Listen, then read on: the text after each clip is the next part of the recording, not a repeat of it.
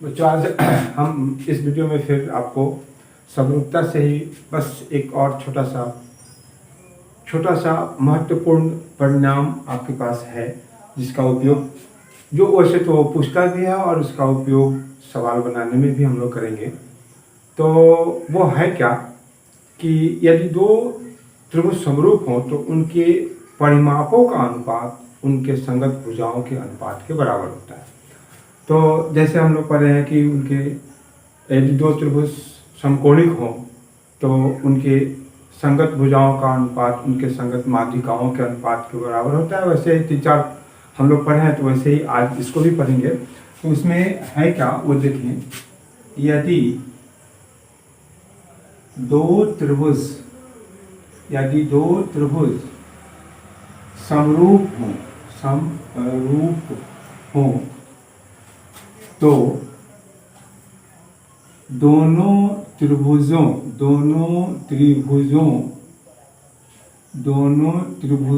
के परिमापों का अनुपात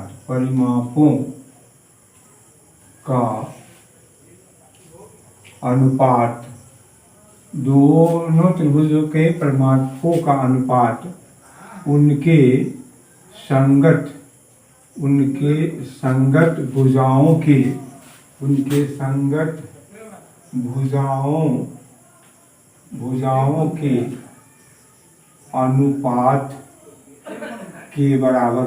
अनुपात के बराबर होता है। ये आपको सिद्ध करके अनुपात के बराबर होता है। तो इसके लिए हम लोग दो त्रिभुज बनाए। अब इसमें क्या कहता है कि ये त्रिभुज ए बी सी और यहाँ पे कोई एक त्रिभुज डी बी, यहाँ पे ए बी सी, दूसरा हो जाएगा डी ई एफ, दो त्रिभुज हो गया। अब इस भुजा की लंबाई को हम लोग ए से सूचित करें, इसको बी से सूचित करें, इसको सी से, और यहाँ पे ये हो जाएगा डी, ये ई और ये हो जाएगा एफ। तो इस प्रकार से चूंकि परिमाप हमको बनाना है तो इसीलिए हम लोग इसको उसके नाम से कर दिए सूचित। अब क्या चीज दिया हुआ है, तो ये हमारे पास दो समरूप त्रिभुज दिया हुआ है। यहाँ लिखेंगे दिया हुआ है कि त्रिभुज ए बी सी समरूप त्रिभुज डी ई एफ। तो क्या चीज सिद्ध करना है, ये सिद्ध करना है वहाँ परिमापों का अनुपात और उनके संगत भुजाओं के अनुपात के बराबर होता है। तो यहाँ सिद्ध करना है कि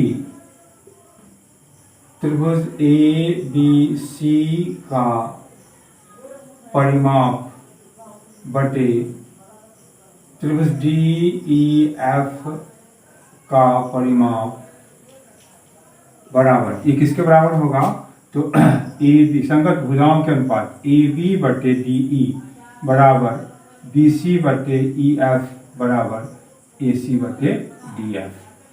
अब इसको हम लोगों को किस प्रकार से प्रूफ करेंगे इसको हम लोग देखें। प्रमाण, ये प्रमाण है तो प्रमाण को हम फिर ऊपर से लिखते हैं। पहले आप इसको पॉज करके इसको आप देख लें, समझ लें, और तो फिर आगे हम बढ़ रहे हैं तो देखेंगे यहाँ पे प्रमाणित कैसे होगा। तो चूंकि दोनों त्रिभुज समरूप हैं तो क्या है, ऐसे देखें प्रमाण,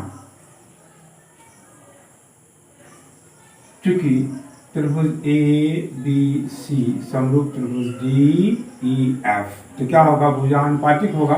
तो ए बी बटे डी ई बराबर बी सी बटे बी ई एफ बराबर ए सी बटे डी एफ। और इसको हम लोग मान लें, ये क्या मान लें, के। तो इस जगह से अरे इसकी भुजा को भी अब सिंबॉलिक रूप में दे दे। तो ए बी का मान क्या है, सी बटे डी ई हो गया, डी ई नहीं, हाँ ठीक है, सी बटे एफ, यहाँ हो जाएगा सी बटे एफ बराबर बी सी का मान हो गया ए और सी ई एफ का मान हो गया डी, और ए सी का मान बी और डी एफ का मान हो गया ई। ये किसके बराबर हो गया?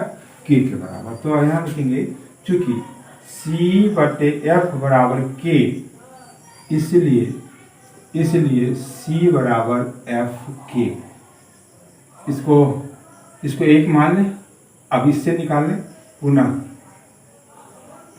ए बटे डी बराबर के, इसलिए ए बराबर डी के, ये दूसरा हो गया। और फिर और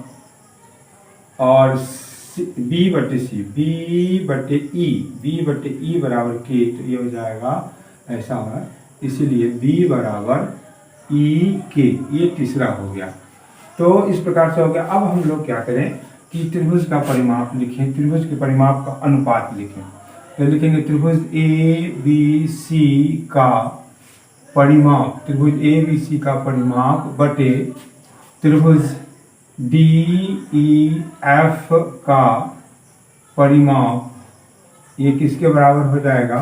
तो A B plus B C plus A C, और यहाँ हो जाएगा D E plus E F plus D F. अब इसका मान हम लोग डाल दें। ए बी का मान यहाँ क्या है? ए प्लस बी सी का मान बी, ए बी का मान ए नहीं, ए बी ये तो ये है, ए बी का मान ए नहीं, ए बी का मान सी है, सी प्लस ए प्लस बी, और यहाँ हो जाएगा डी ई का मान हो गया एफ प्लस ये डी, और फिर डी एफ का मान हो गया ई।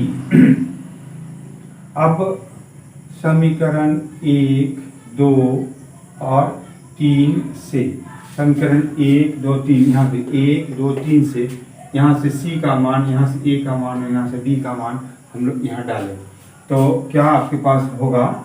इस जगह डालेंगे तो सी का मान हमारे पास का एफ के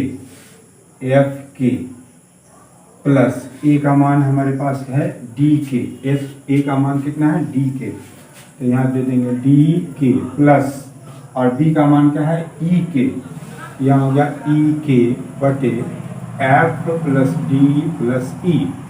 अब इसके ऊपर से हम लोग के कॉमन ले लें, तो के कॉमन आप लेंगे तो क्या आपके पास आएगा? देखें, के कॉमन ले लेते हैं तो ये होगा, ये के कॉमन लेंगे तो के कॉमन ले लेंगे तो एफ प्लस डी प्लस ई बटे एफ प्लस डी प्लस ई। अब इससे ये कट जाएगा तो कितना बचेगा? के। अब हम लोग के किसको माने हुए हैं? तो उनके भुजाओं के अनुपात को माने हुए हैं, यहाँ लिखेंगे। इसलिए त्रिभुज ए बी सी का परिमाप बटे त्रिभुज डी ई एफ का परिमाप, ये किसके बराबर हो जाएगा? के। तो के हम लोग क्या माने हुए हैं? शुरू में ही मान चुके हैं, तो ये हो जाएगा ए बी बटे डी ई बराबर बी सी बटे ई एफ बराबर ए सी बटे डी एफ, ये मान चुके हैं। तो इससे हम लोग क्या निष्कर्ष निकला कि यदि दो त्रिभुज समरूप हो तो उसके परिमापों का अनुपात उनके संगत भुजाओं के अनुपात के बराबर होता है। ये सवाल बनाने और इससे परीक्षा में आपसे पूछा भी जाता है। और एक छोटा सा थ्योरम और है जिसकी उपयोगिता हर हमेशा सवाल बनाने में होगा, वह है यदि दो त्रिभुज समरूप हो, यदि दो त्रिभुज नहीं, ऐसा नहीं है, यदि दो त्रिभुजों में एक दो कोण संगत कोण, यदि दो त्रिभुजों के संगत कोण समान हो तो दोनों त्रिभुज समरूप होते हैं। वो क्या है? इसको हम लोग बोलेंगे ए समरूपता। ये हो जाएगा ए समरूपता। वो क्या है कि यदि दो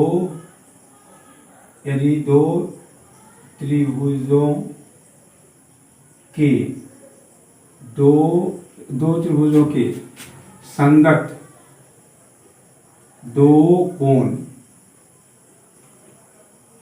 समान हो तो दोनों त्रिभुज समरूप होते हैं, समरूप होते हैं तो दो त्रिभुज बनाएंगे और किसी दो कोण को हम लोग बराबर मान लेंगे, ए बी सी, और ये त्रिभुज डी ई एफ मान लेंगे। तो इसका दो कोण हम लोगों को क्या लेना है, समान। तो दिया हुआ क्या चीज लिख लेंगे, दिया हुआ है कि त्रिभुज ए बी सी और त्रिभुज डी ई एफ में कोण ए बराबर कोण डी और कोण बी बराबर कोण ई। तो क्या दो कोण बराबर हो गए? तो सिद्ध क्या करना है, सिद्ध करना है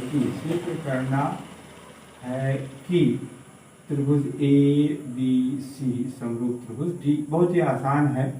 तो इसको हम लोग कैसे प्रमाणित करेंगे, वो देखिए, इसमें बराबर नहीं होगा, यहाँ त्रिभुज के गुण से हम लोग करेंगे। त्रिभुज ए बी सी में त्रिभुज के गुण से कोण ए जोड़ कोण बी जोड़ कोण सी बराबर कितना हो जाएगा, 180। ये इक्वेशन 1 हो गया।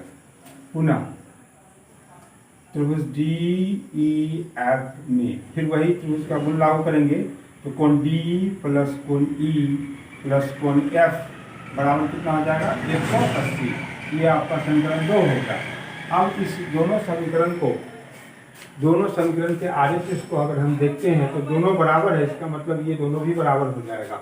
यहाँ लिखेंगे समीकरण 1 और 2 से क्या हो जाएगा, कोण ए जोड़ कोण बी जोड़ कोण सी बराबर कोण डी जोड़ कोण ई जोड़ कोण सी क्या है यहाँ पे एफ। अब गौर से देखें, यहाँ ए किसके बराबर है, डी के बराबर, बी किसके बराबर, ई के बराबर। ए को हम लोग डी से चेंज कर सकते हैं, डी प्लस कोण बी को किस चीज से चेंज कर सकते हैं, ई से, और सी को हम लोग रहने दें।